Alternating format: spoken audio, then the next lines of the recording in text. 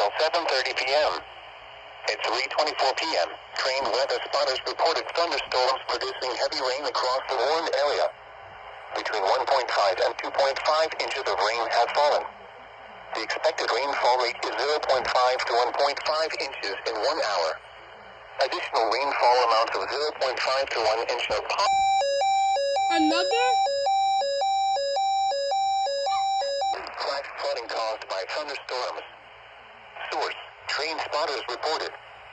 Impact: flooding of small creeks and streams, urban areas, highways, streets, and underpasses, as well as other drainage and low-lying areas. Some locations that may experience flash flooding include New Brunswick, Perth Amboy, Sayreville, North Brunswick, Marlborough, Carteret, and Holmville. Turn around. Don't drown when encountering flooded roads. Most flood deaths occur in vehicles. Repeating, a flash flood warning has been issued until 7:30 p.m. for the following counties in New Jersey: Middlesex, Monmouth, Morris, and Somerset. Got it.